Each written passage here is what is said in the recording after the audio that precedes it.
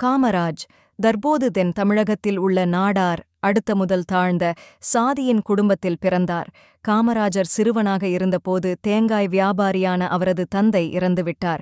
அவருக்கு 12 வயதாக இருந்தபோது அவர் படிப்பை பாதியில் நிறுத்திவிட்டு துணிக்கடையில் வேலை செய்யத் தொடங்கினார். அவர் விரைவில் பிரிட்டிஷ் ஆட்சிக்கு எதிரான இந்திய சுதந்திர போராட்டத்தில் ஈர்க்கப்பட்டார். மேலும் உள்ளூர் காங்கிரஸ் கட்சித் தலைவர்கள் நடத்தும் பொதுக்கூட்டங்களில் கலந்து கொள்ளத் தொடங்கினார். பின்னர் பல்வேறு நிலைகளில் தன்னார்வத் தொண்டு செய்தார். அவரது சொந்த மாவட்டத்தில் கட்சிக்காக நிதி திரட்டும் பேரணிகளை ஏற்பாடு செய்தார். மோகன்தாஸ் கே. காந்தியின் தலைமையில் ஒத்துழையாமை இயக்கம் 1920-22 தொடங்கும் வேளையில் காமராஜ் 17 வயதில் கட்சியில் சேர்ந்தார். மேலும் சுதந்திரப் போராட்டத்திற்காக முழுநேரப் பணியாளரானார். 1930 உப்பு மார்ச் சட்ட மறுப்பு சத்தியாகிரகம் செயல்பாட்டில் அவர் பங்கேற்றது அவருக்கு 2 ஆண்டுகள் சிறை தண்டனையைப் பெற்றுத் தந்தது. காந்தி இர்வின் ஒப்பந்தத்தின் ஒரு பகுதியாக 1901 அவர் விடுவிக்கப்பட்டார். பிரிட்டிஷ் ஆட்சிக்கு எதிராக காங்கிரஸ் கட்சியின் பெரிய அளவிலான வெள்ளையனே வெளியேறு பிரச்சாரத்தில் அவரது முக்கிய பங்கிற்காக அவர் ஆங்கிலேயர்களால் மேலும் பலமுறை சிறையில் அடைக்கப்பட்டார். குறிப்பாக 1942 சிறுவயதில் தனக்கு கிடைக்காத கல்வியை தனக்குக் கொடுக்க சிறையில் இருந்த நேரத்தை பயன்படுத்தினார். காமராஜர் 1937 மீண்டும் 1946 மெட்ராஸ் பிரசிடென்சி சட்டமன்றத்திற்கு தேர்ந்தெடுக்கப்பட்டார். 1936 அவர் காங்கிரஸ் கட்சியின் சென்னை கிளையின் பொதுச் செயலாளராக நியமிக்கப்பட்டார். 1940 அவர் அதன் தலைவராக ஆனார். 1947 அவர் தேசிய கட்சியின் செயற்குழுவிற்கு உயர்த்தப்பட்டார். மேலும் அவர் 1969 வரை அந்த குழுவில் இணைந்திருந்தார். அவர் 1946 அரசாங்கம் அசெம்பிளியின் உறுப்பினராகவும் இருந்தார்.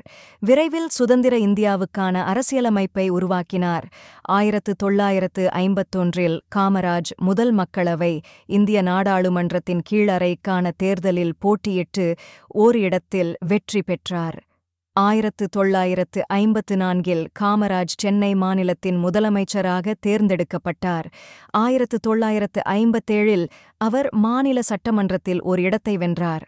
அவர் பதவியில் இருந்தபோது புதிய பள்ளிகளை கட்டியெழுப்புதல், கட்டாயக் கல்வியை அறிமுகப்படுத்துதல் மற்றும் மாணவர்களுக்கு உணவு மற்றும் இலவச சீருடைகள் வழங்கும் திட்டங்கள் மூலம் மாநிலத்தில் கல்வியை பெரிதும் முன்னேற்றிய பெருமைக்குரியவர்.